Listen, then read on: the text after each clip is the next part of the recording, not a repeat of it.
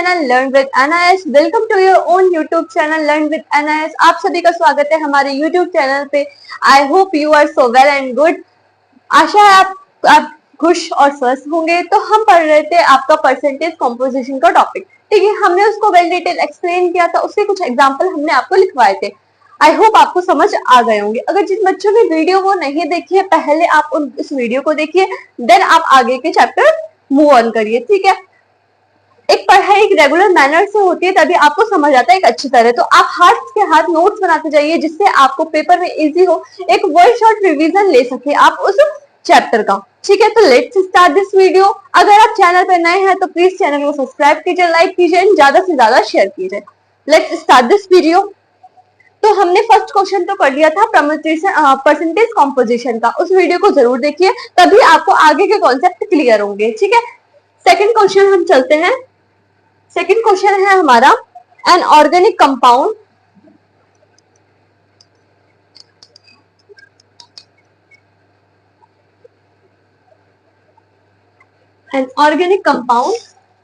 contains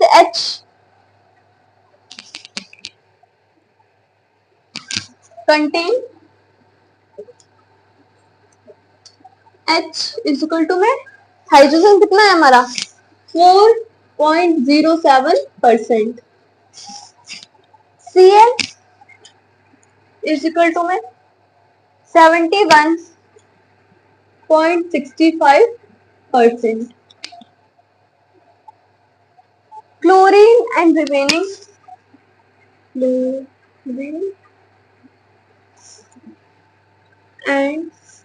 remaining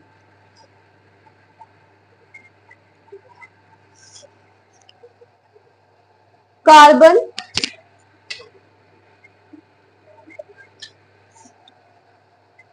its molar mass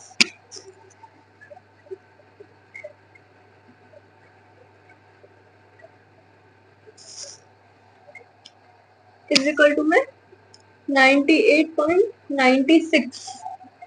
Find a empirical formula and molecular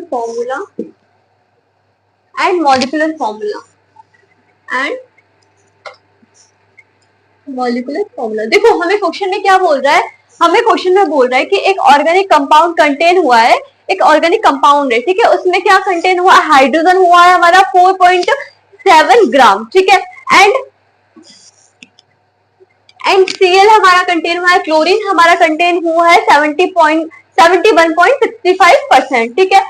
और and remaining carbon, और जो carbon हमारा remaining मतलब जो बचा हुआ कार्बन है वो कितना कंटेन है, उसका मोलर मास दे रखा है हमें, सिर्फ क्या दे रखा है, मोलर मास कितना दे रखा है 98.96।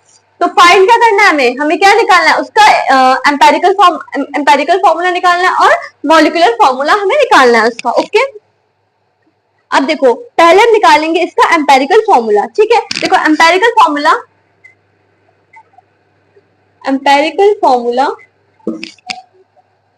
क्या बनेगा, इसका एम्पेरिकल फॉर्मूला क्या बनेगा, CH2Cl, ठीक है। क्या बनेगा CH2 और Cl, ठीक। अब एम्पेरिकल फॉर्मूला का मास कितना दे रखा था हमें, एम्पेरिकल फॉर्मूला का मास कितना दे रखा था हमें,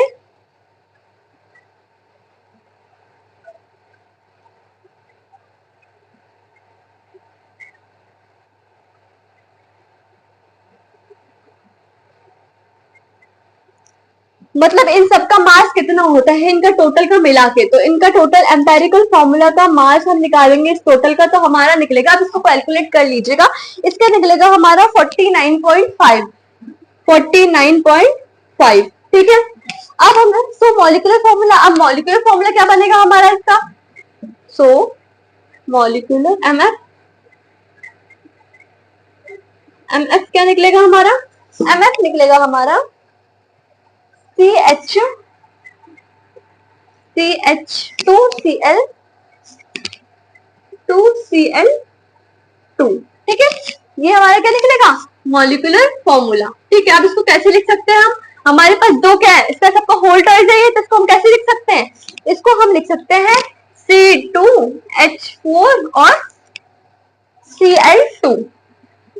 ठीक है, अब हम निकालेंगे मॉलिक्यूलर फॉर्मूला। ये मॉलिक्यूलर फॉर्मूला कैसे निकालेंगे? अब देखो, अब हम मॉलिक्यूलर फॉर्मूला निकालने के लिए हमारी एक बनेगी टेबल।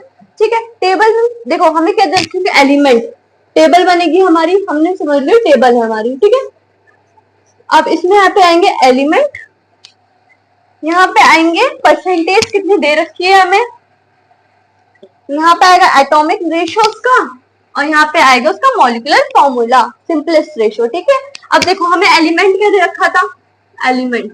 ठीक है, एलिमेंट कौन कौन से दे रखा था हमें, हाइड्रोजन। तो हाइड्रोजन क्या सिंबल क्या होता है, H। क्लोरीन दे रखा था हमें, क्लोरीन ले लिया हमने Cl, और कार्बन दे रखा था तो हमने क्या ले लिया, C ले लिया। ओके, हाइड्रोजन दे रखा था, क्लोरीन दे रखा था, और कार्बन दे रखा था हमें। ठीक है, अब क्या करेंगे, अब इसका परसेंटेज क्या दे रखा होगा, परसेंटेज क्या दे रखा था, हाइड्रोजन का क्या दे रखा था हमें, 4.07, 4.07। ठीक है, और Cl क्या दे रखा था हमें, 71.65, और कार्बन क्या दे रखा था हमें, कार्बन का कितना होता है, कार्बन का होता है 24.28। ठीक है, अब हमारे क्या निकल गई, इसकी तीनों की परसेंटेज निकल गई है हमारी। अब हम क्या करेंगे, इसका एटॉमिक मास निकालेंगे। ठीक है, क्या निकालेंगे, एटॉमिक मास। ठीक है, एटॉमिक मास क्या होगा हमारा, हाइड्रोजन का कितना होता है, 1 होता है। ठीक है, क्लोरीन का कितना होता है, 35.5। ठीक है, ये आपको याद करना पड़ेगा। देखो, एक मास का चार्ट होता है, उसको आपको अच्छे से याद करना होगा, जिससे आपको आगे के क्वेश्चन अच्छे से सॉल्व हो। तो हम, मुझे तो याद है, ठीक है, ऐसे ही आप अच्छे से याद कर सकते हैं। हमारी वीडियो में एक ट्रिक भी बताऊंगी मैं कि इसकी ट्रिक क्या होती है याद करने की। कुछ बच्चों को दिक्कत होती है कि याद नहीं कर पाते हैं, तो इसकी एक ट्रिक भी है, उससे आप उस ट्रिक को याद करके आप अच्छे से, आपको हमेशा के लिए याद रह जाएगा। ठीक है,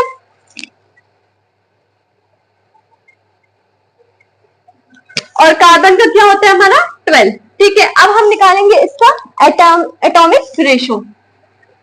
एटॉमिक रेशो, अब रेशो कैसे निकालते हैं, देखो हमें क्या दे रखा है, 4.07, और अपॉन क्या कर देंगे हम, 1 को।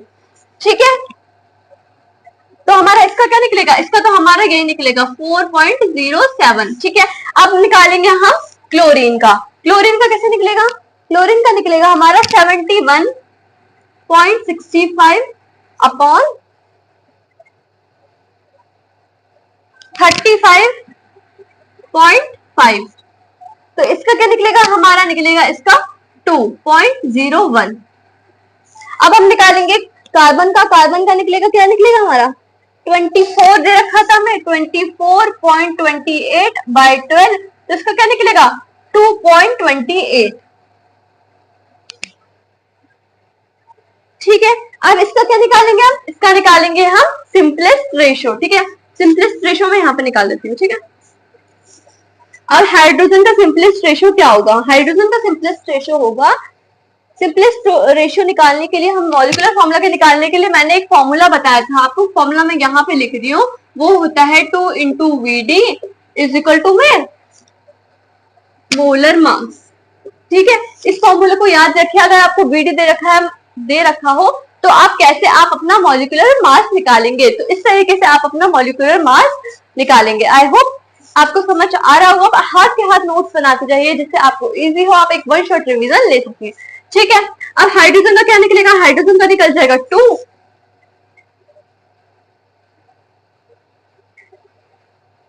और क्लोरीन का क्या निकलेगा, क्लोरीन का निकलेगा 1, और कार्बन का भी क्या निकलेगा 1। तो ये आ गया हमारा क्या, सिंपलेस्ट रेशियो। ठीक है, देखो अब इसी तरीके से सारे क्वेश्चन सॉल्व कर सकते हैं हम। देखो मैंने कितने इजी तरीके से आपको समझा दिया है, आप इसका स्क्रीनशॉट ले लीजिए, जिससे आपको इजी हो, या आप अपने हाथ के हाथ नोट लिख लीजिए। ठीक है, इसमें पूछा क्या था, एन ऑर्गेनिक कंपाउंड, उसका दे रखा था परसेंटेज वैल्यू 4.07, क्लोरीन का दे रखा था हमें 71.65, और रिमेनिंग कार्बन का हमें मोलर मास दे रखा था। ओनली हमें मोलर मास से हमें क्या निकालना था, मोलर मास से हमें निकालना था एम्पेरिकल फॉर्मूला और मॉलिक्यूलर फॉर्मूला। ठीक है, तो हमने निकाला, पहले हमने निकाला EF, EF मतलब एम्पेरिकल फॉर्मूला। एम्पेरिकल फॉर्मूला निकालने के लिए हमने पहले इसका क्या रखा, इसका हमने कंपाउंड नेम रखा। ठीक है, कंपाउंड नेम CH2Cl आया, फिर एम्पेरिकल फॉर्मूला का मास निकाला 49.5, इस सबका मास निकाला हमने, हाइड्रोजन, क्लोरीन और कार्बन का हमने मास निकाला तीनों को ऐड करके, ठीक है। अब हमने क्या निकाला, मॉलिक्यूलर फॉर्मूला निकाला, इसका क्या है, CH2Cl2 का होल ट्वाइस। अब इसको चेंज करा हमने क्योंकि होल ट्वाइस में था, तो इसको क्या है C2H4 और Cl2, ये क्या निकाला है हमारा एम्पेरिकल फॉर्मूला, ठीक। अब देखो हमने क्या यहाँ पे बनाई टेबल, टेबल क्या मॉलिक्यूलर फॉर्मूला ई हमें दे रखा था, ठीक है। एलिमेंट कौन कौन से दे रखे थे हमें, एलिमेंट दे रखे थे हमें हाइड्रोजन, क्लोरीन और कार्बन, ठीक है। अब हमें इसकी परसेंटेज वैल्यू हमें पता थी, तो परसेंटेज वैल्यू हमें क्वेश्चन में दी गई थी। तो हाइड्रोजन की परसेंटेज वैल्यू क्या थी 4.07, क्लोरीन की क्या थी 71.65 हमें परसेंटेज वैल्यू दे रखी थी, और कार्बन की 24.28, ठीक है। अब एटॉमिक मास क्या होता है हाइड्रोजन का, आप सभी को पता है क्या होता है 1 होता है, ठीक। क्लोरीन का होता है 35.5, ठीक, और कार्बन का क्या होता है 12 होता है, ठीक। अब हमने क्या निकाला इसका एटॉमिक, एटम का रेशो, रेशो कैसे निकालते हैं, जो हमें परसेंटेज वैल्यू दे रखी है और एटॉमिक मास को डिवाइड कर दीजिए, हमारा क्या निकल आएगा, हमारा निकल आएगा एटॉमिक रेशो, ठीक है। अब हमने एटॉमिक रेशो निकाला, इसका आया 4.07, किसका है हाइड्रोजन का, और क्लोरीन का आया हमारा 2.01, और क्लोरीन का, कार्बन का क्या आया, कार्बन का आया हमारा 2.28, ठीक। फिर हमने क्या निकाला इसका सिंपलेस्ट रेशो, सिंपलेस्ट रेशो निकाला हमने, हाइड्रोजन का क्या निकला 2, क्लोरीन का निकला 1 और कार्बन का क्या निकला 1। इसी तरीके से आप सारे क्वेश्चन सॉल्व कर सकते हैं, मैंने एक फॉर्मूला भी बताया है, ये मस्ट इंपॉर्टेंट है, मैं स्टार बना देती हूँ आपको, यहाँ पे आपको यहाँ पे आपको ये फॉर्मूला अगर क्वेश्चन में आ जाए तो आप इस फॉर्मूले को पुट करके अपना आप आंसर निकाल सकते हैं बहुत इजी तरीके से।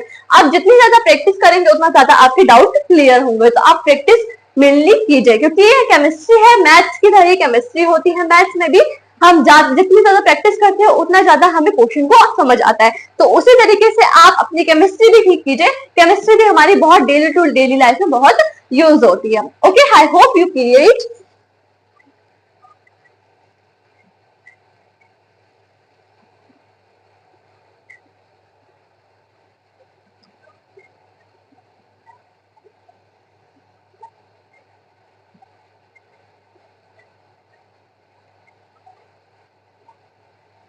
आपको ये डाउट आ रहा होगा कि हमने हाइड्रोजन का 2 कैसे लिख दिया। देखो हाइड्रोजन का 2 हमने ऐसे लिखा कि देखो हमें अब हमारा निकल गया था, ये निकला था हमारा मॉलिक्यूलर फॉर्मूला, और हमें क्या मोलर मास दे रखा था, तो हम कैसे निकालेंगे इसको, देखो हमें 4.07 और जो हमें टोटल दे रखा है 98.96, इसको हम कट कर देंगे, हमारा आ जाएगा 2, ठीक है। इसी तरीके से हमारे तीनों क्वेश्चन सॉल्व हो जाएंगे, ठीक है। और यहाँ पे CH2Cl2 यहाँ पे 49.5 कैसे आया, ठीक है, मैं देखो यहाँ पे बताती हूँ।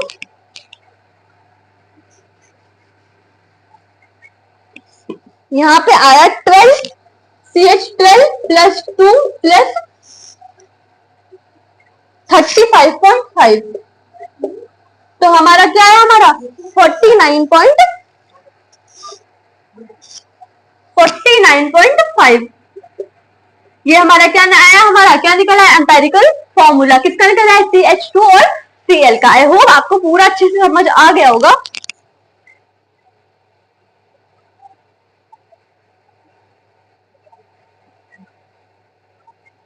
अब हम इसके आगे नेक्स्ट टॉपिक पे चलते हैं, ठीक है।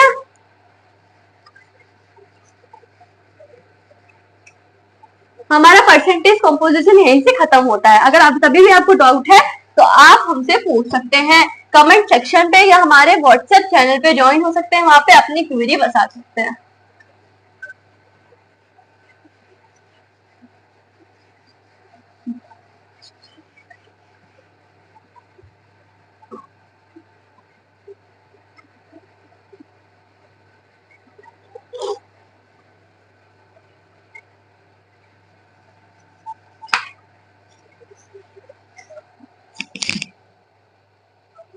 अब हमारा स्टियोमेट्री, ठीक है। इसका प्रोनाउंसिएशन बहुत कुछ लोग अलग करते हैं, कुछ लोग अलग करते हैं, तो अब आप अपने तरीके से प्रोनाउंसिएशन कर सकते हैं और हम अपने तरीके से, ठीक है। तो हमारा टॉपिक क्या है, STIOMETRY,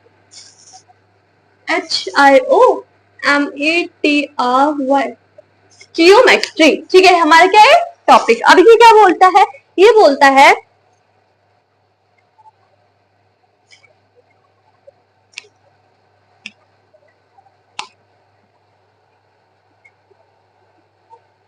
stoichiometry as the calculation stoichiometry as the calculation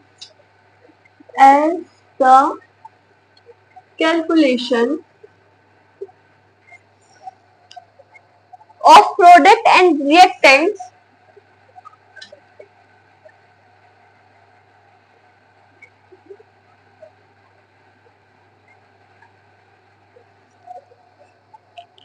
in a chemical reaction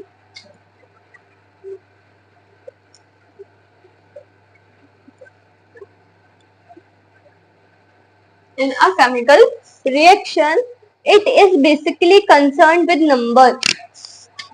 It is basically concerned with number. अब देखो हमारी स्टियोमेट्री क्या कहती है, हमारी स्टियोमेट्री कहती है कि हमारा जो प्रोडक्ट और रिएक्टेंट का जो कैलकुलेशन होता है वो क्या बताता है, एक केमिकल रिएक्शन को डिफाइन करता है। फॉर एग्जांपल के लिए मैं बताती हूँ, हमने लिया H2O प्लस O2, हमारा क्या बना 2H2O। ठीक है, ये क्या बना हमारा 2H2O। ठीक है, अब इसको हटा लो 2 को।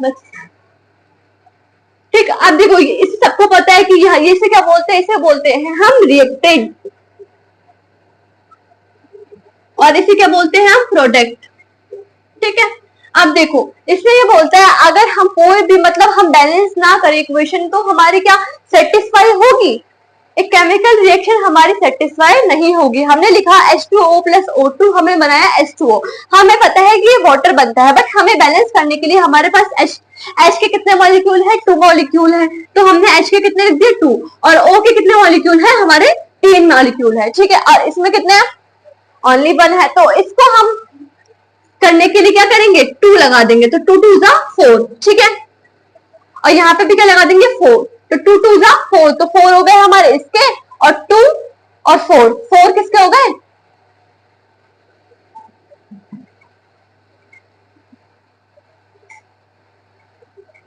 थ्री हो गए हमारे इसके ऑक्सीजन के। तो हमारा क्या हो गया, ये हमारी बैलेंस इक्वेशन बन गई। तो यही हमें बताया है कि it is basically concerned with number. किससे डिफाइन होता है, एक नंबर से कंसर्न्ड किया जाता है। आगे बढ़ते हैं हम, इसको आप लिख लीजिए।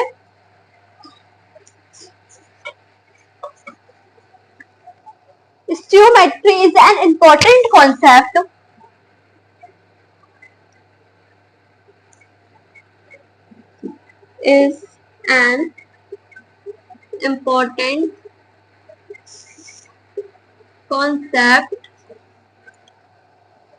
in chemistry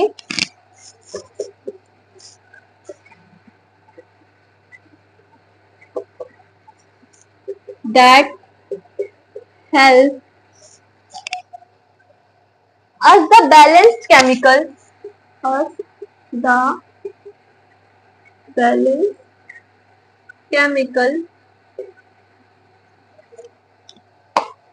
equation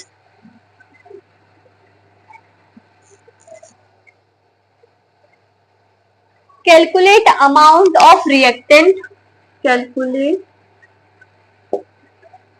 amount of reactant and product. ठीक है, अब हमारा क्वेश्चन क्या कह रहा है कि जो केमिस्ट्री एक इंपॉर्टेंट कॉन्सेप्ट है, किसका, एक केमिस्ट्री का बहुत इंपॉर्टेंट कॉन्सेप्ट है, क्योंकि केमिस्ट्री एक होती है हमारी रिएक्शन से भरी। तो रिएक्शन जब हमारे सेटिस्फाई नहीं होंगे तो हमारी क्या उसमें कि हम नहीं कर पा रहे कॉन्सेप्ट को। तो देखिए chemistry that helps to, chemistry क्या कहती है कि हमें हमारी केमिकल रिएक्शन को बैलेंस करके चलना होगा। किसका, the calculate amount of reactant and product, मतलब जो रिएक्टेंट ऑफ प्रोडक्ट का हमारा कैलकुलेशन होता है उसका हमें एक बैलेंस करके चलना होगा। मतलब 2A प्लस 2B हमारा क्या बनेगा 2AB। ठीक है, हमें क्या हुआ, हमारा यहाँ क्या हुआ, बैलेंस हुआ। अगर हम यहाँ पे 2 ना लगाए तो क्या बैलेंस है, नहीं है बैलेंस। तो हमें यही कहती है कि स्टोइकोमेट्री कि हमें हर रिएक्शन को बैलेंस करके चलना होगा। Here we make the ratio from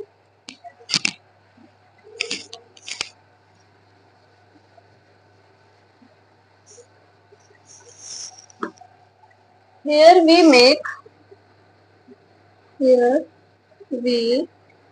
make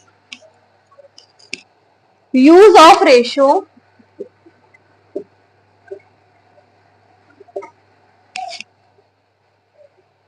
from the balanced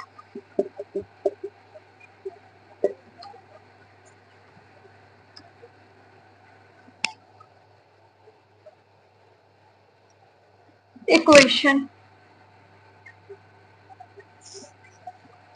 हमें क्या बैलेंस करके चलना होगा, हमें रिएक्शन का रेशो बैलेंस करके चलना होगा। मैंने अभी बताया कि 2A + 2B हमारा AB क्या बन सकता है, इसको हमें बैलेंस करने के लिए क्या करना होगा, 2AB लिखना होगा। ठीक है, तभी हमारी ये रिएक्शन बैलेंस होगी। तो यही हमारी स्टोइकोमेट्री कहती है कि हमें हर इक्वेशन को बैलेंस करके चलना होगा कंसर्न्ड विद नंबर। हमने फॉर एग्जाम्पल के लिए लिया N2 + 3H2 2NH3। अब देखो हमारे नाइट्रोजन के कितने हैं, नाइट्रोजन के हैं हमारे 2, तो हमारे यहाँ पे भी कितना है 2 है। ठीक है, और हाइड्रोजन के कितने मॉलिक्यूल है हमारे 2। ठीक है, अब 3 2 से क्या आ रहा है 6, 3 2 से क्या आ रहा है 6, तो हमारे हाइड्रोजन के कितने हो गए 6 हो गए। तो हमारी क्या बैलेंस इक्वेशन प्रूव्ड है, तो हाँ ये प्रूव्ड है। तो इसे क्या क्या कह देंगे, इसके स्टोइकोकेमिस्ट्री हमें कह रही है कि ये बिल्कुल सही रिएक्शन है। ठीक है, क्यों सही है, क्योंकि ये बैलेंस कर रही है रिएक्टेंट और प्रोडक्ट का बैलेंस इक्वेशन लेके चल रही है कंसर्न्ड विद नंबर। अगर हम वहां पे 3 ना लगाए तो क्या ये बैलेंस है, नहीं है बैलेंस। क्यों बैलेंस नहीं है, क्योंकि यहाँ पे आ रहे हैं 6 और यहाँ पे कितने हैं 2, तो हमें बैलेंस करने के लिए क्या लगाया 3 हुआ, तो हमारा क्या आ गया 6। तो ये क्या हो गई, बैलेंस इक्वेशन हो गई। आई होप आपको समझ आ रहा होगा।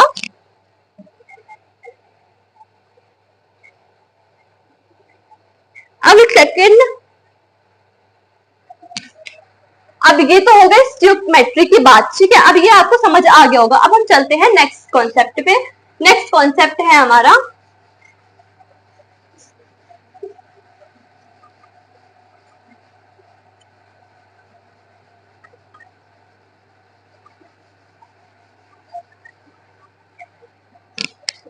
Stoichiometric coefficient. अब ये क्या कहता है हमारा स्टोइकोमेट्रिक कोएफिशिएंट, तो उसके बारे में हम डिस्कस करते हैं। ये कहता है हमारा स्टोइकोमेट्रिक कोएफिशिएंट, स्टोइकोमेट्रिक कोएफिशिएंट और stoichiometric number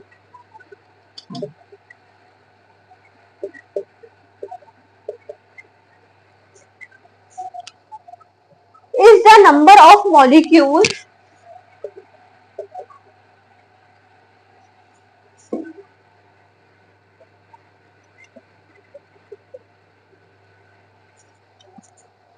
that participate in the reaction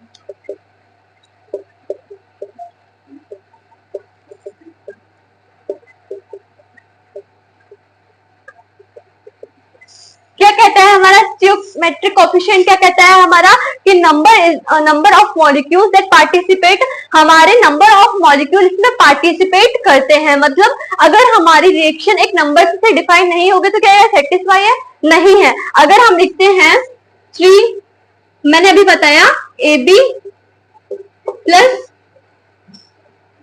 BA। ठीक है, अब यहाँ पे 2AB लिख सकते हैं हम।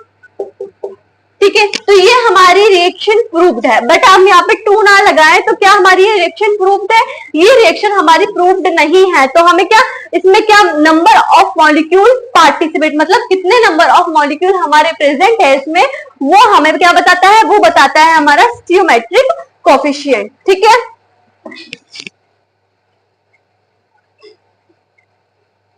स्टियोमेट्रिक कोफिशिएंट एक होल नंबर भी हो सकता है और एक फ्रैक्शन फॉर्म में भी आ सकता है। मतलब stoichiometry as is the fraction as well as the whole numbers. Okay,